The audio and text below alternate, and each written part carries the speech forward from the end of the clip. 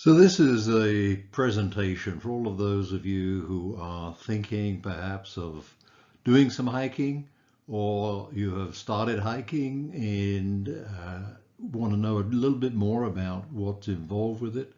And the first thing to remember is, as you listen to this and other presentations, is my wife Jenny's mantra: all hikers are liars. And some of the great hiking lies, it's only a short hike. You can see the cars around the next bend. And a great one, it's all downhill from here. It's not going to rain. There's no exposure on this hike. We'll take it slowly and take it easy. We're nearly there. These are all well-known hiking lies, if you will. So take everything you hear with a pinch of salt and just enjoy the hike. So these are the things we're going to talk about in this presentation: what it is, where can I hike, why do you do it, what do I need, how safe is it, what's etiquette associated with hiking, and how can I improve my hiking ability. Well, hiking is really nothing more than just walking outside in nature. Hikes are typically rated on a number of factors. You will hear people talk about easy, moderate, and strenuous, but you need data to know what a hike is like. For example, how far is it? How long is it likely to take? What's the pace? Are we going to go 1 mile an hour or 3 miles an hour? There's quite a big difference between 1 and 3. What level are we going to hike at? Are we going to hike at this level around here in Las Vegas is about 3,000 feet, or we're going to go up to Mount Charleston at 12,000 feet. What's the gain? How much elevation gain is there going to be on the hike? Is that a flat hike, or are we going to be a lot of climbing uphill? How steep is that uphill climb? 1,000 foot a mile is quite steep for most people. What sort of terrain is it? Sand, walking in sandy washes can be quite tiring. Bushwhacking can. A paved or gravel trail is probably the easiest. And then there's this thing called exposure. And we'll talk about that in more detail. But how likely am I to get injured if I fall? So, as I mentioned, easy, moderate, strenuous are useful but subjective. My easy might be your strenuous. So start with short, flat hikes over easy terrain where they're slower paced, and gradually work up to something that's a little more challenging as you find you enjoy it and as you get better at it. A couple of things about elevation gain. Most people won't tell you, but you need to be clear as to whether you're talking about gross or net. So the net gain is the difference between the lowest point and the highest point. In this case, the gain is C. Gross gain is all of the ups added together. And as you might imagine, adding all the ups together is actually a more useful measure of how strenuous that particular hike might be. And then there's exposure. This photo is from Angel's Landing in Zion. Notoriously, it has some exposure. They provide some chains, but be aware that anything above class 3 is usually the maximum that most hikers will do, unless you're really into climbing a little bit. Class 4 and class 5 are really more climbing than hiking. And it's really your perception as well that helps with that. So where in Las Vegas can I hike? Well, we have a huge number of different hiking areas. There's the Red Rock Canyon area, Spring Mountains in the southwest, Blue Diamond, Cottonwood area, Mount Charleston area, which we usually go up in the summer because it's 20 degrees cooler up there. The Lake Mead area is best preserved for fall, spring, winter. And the Valley of Fire is a favorite of mine, but not in the summer. Usually we're there somewhere between October and March only. And then we are surrounded by a large number of really nice national parks. This is a picture of Bryce National Park on the slide right now. So why do people go hiking? What are the many reasons? Enjoyment of nature, animals, plants, flowers, the scenery, the rocks, the history, the petroglyphs, pictographs. Companionships, a social activity, is a main reason why many, especially older people, like to hike.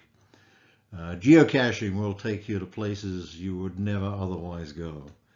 Photography, some places you can only get to after hiking, and to get photographs like these you need to walk in quite a ways.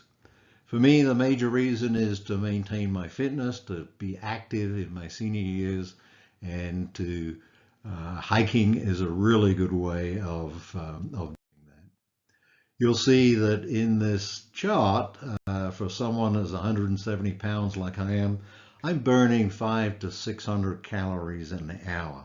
That's a fair amount of activity. When can we hike? Well, we're fortunate in the Las Vegas area. We can hike year-round. We can hike in the spring when there's a lot of flowers and snow melt and waterfalls. We can hike in the summer because we can go up to the higher elevations where it's quite a bit cooler. There are monsoons in the summer sometimes. So be prepared for thunderstorms and showers in late morning, early afternoon especially. Fall is great. The aspens out in the mountains are really pretty. And then at the lower elevations, you can go down there in the winter. Valley of Fire is my favorite hiking place for most winter hikes.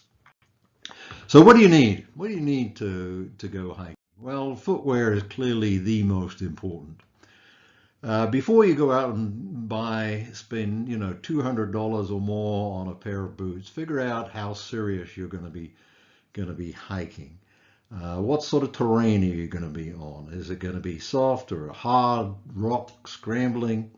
My suggestion is you buy some cheap boots first, see if you really like hiking, and then if you do, look at getting some more expensive boots. They come in a variety of configurations, low, medium, and high rise. Low rise tend to be lighter and more like a running shoe sometimes. I like high rise because that provides a lot of additional ankle support for the type of hiking I do. The rubber on the sole is probably most important, and the type of support that the sole gives you.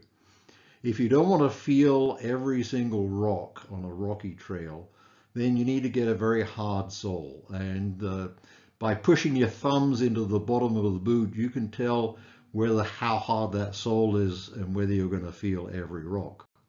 On the other hand, if you're going to be doing some scrambling over boulders and rocks, you need to get some sticky soles, some sticky rubber, which is a lot softer.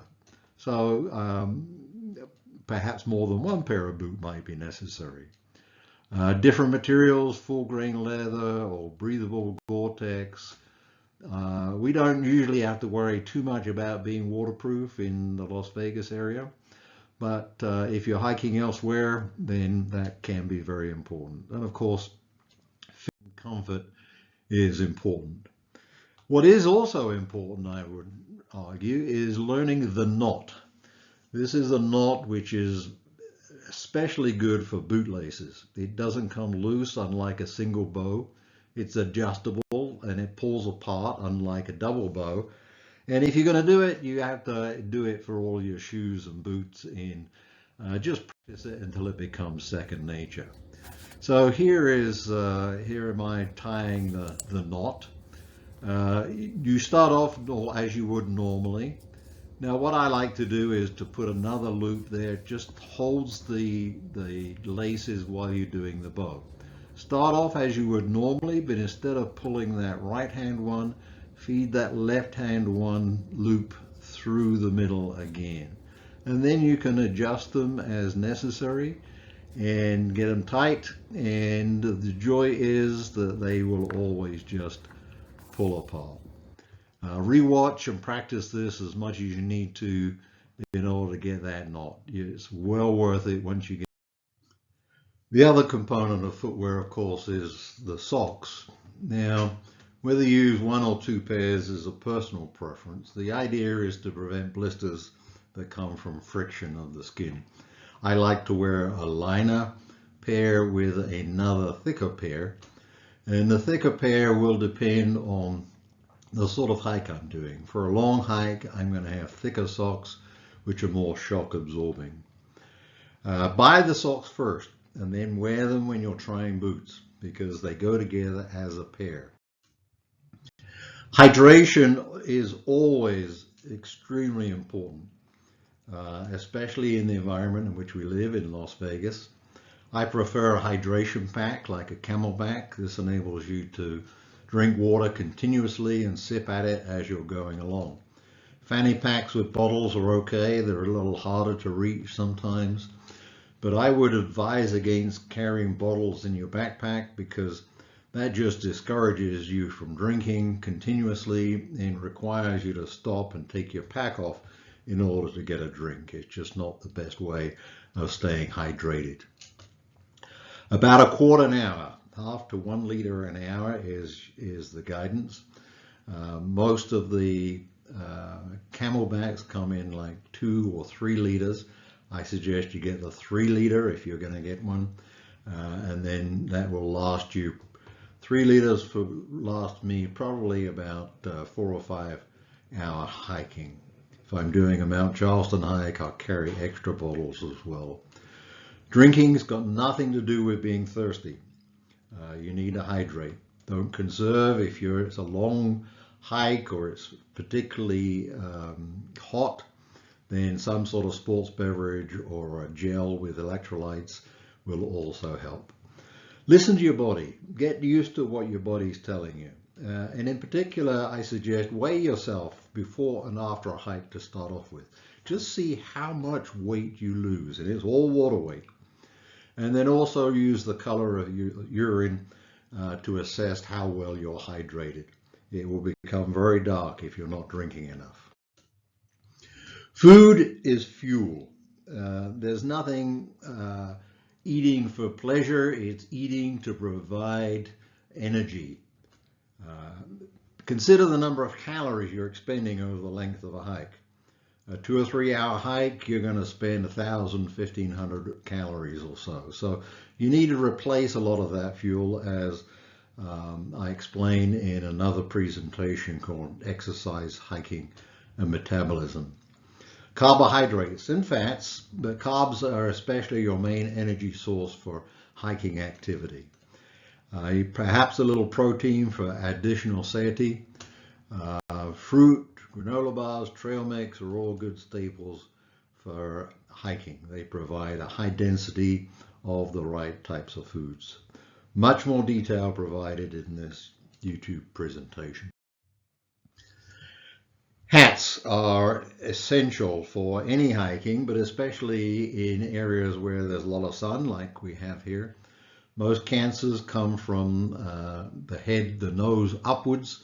So your nose and ears and neck all need protecting from the sun, regardless of sunscreen.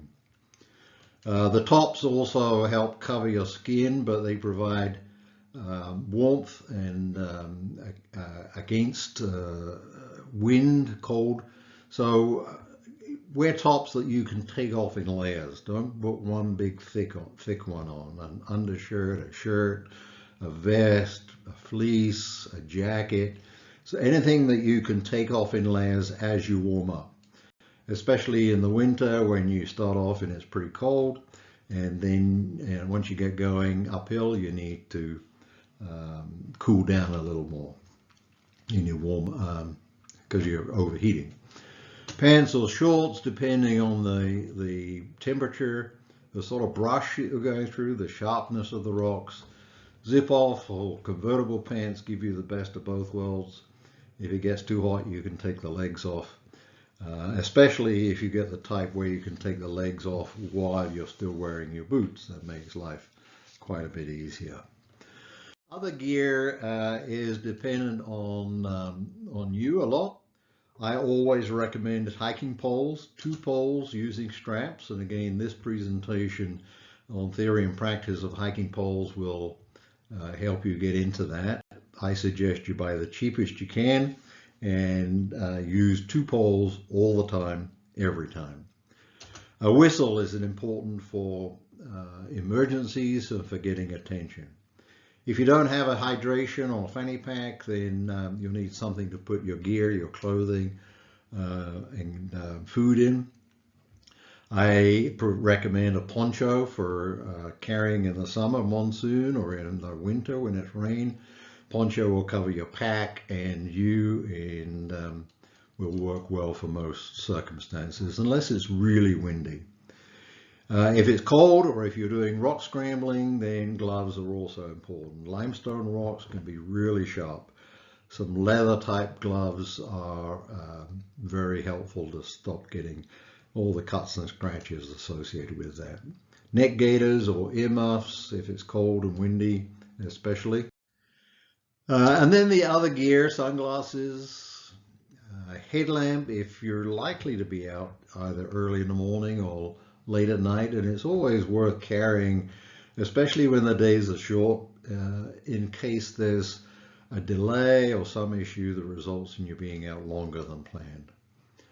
A cell phone is essential these days. It has lots of uses, not just the phone application, but remember that often it will be out of range in many places you hike. So get to know where you are within cell phone range and where you are not.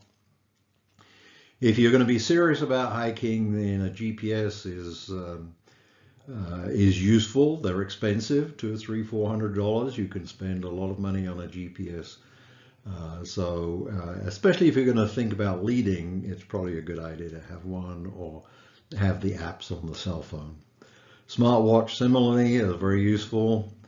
Radios, mostly for, if you're going to be leading or sweeping and helping out in that particular way.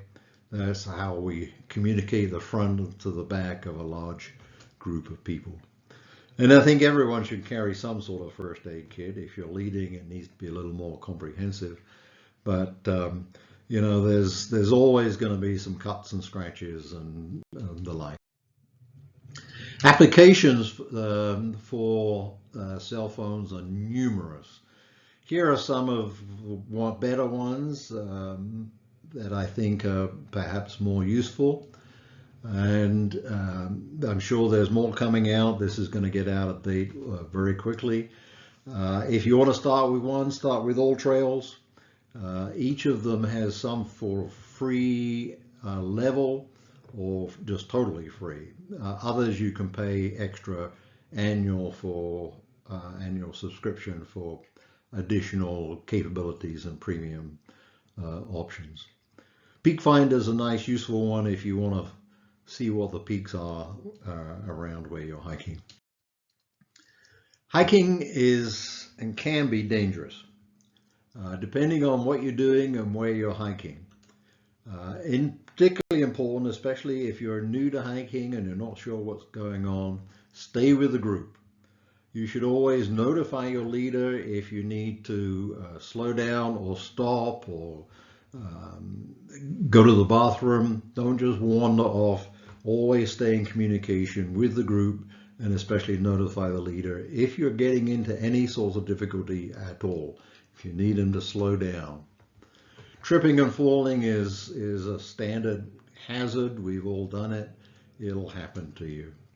Rock falls typically are not that big an issue unless you're scrambling up in an area where there's a lot of loose rock. In that case, if you dislodge something, call down to those behind you. You just shout rock and they will take shelter. Cuts, scrapes, scratches and bruises are standard fare for anyone that hikes for more than around a city. Strains and sprains might be a little more serious, but they too can happen. And then of course there's lots of most of the stinging, biting animals and insects are not that serious, but just don't put your hands or feet anywhere that you can't see. Don't put your hand in a hole in a rock without checking it first. And then of course sunscreen is important. And the blisters are another thing that if you are not well prepared, or you don't have the right boots or socks, or if it's a longer than average hike, you may well get blisters. If in the event there's an issue, 3 short blasts on a whistle is a known SOS, if you will, for hikers. Flash floods are important to avoid. The big issue with flash floods, especially in this area, is you don't have to be in the rain itself. It's going to be raining up higher elevations and the flash flood will come down. So don't go in canyons without first checking the weather forecast. First aid and CPR training are extremely useful when you're hiking. Usually the leader will not have some capability, but it doesn't hurt to know what to do yourself.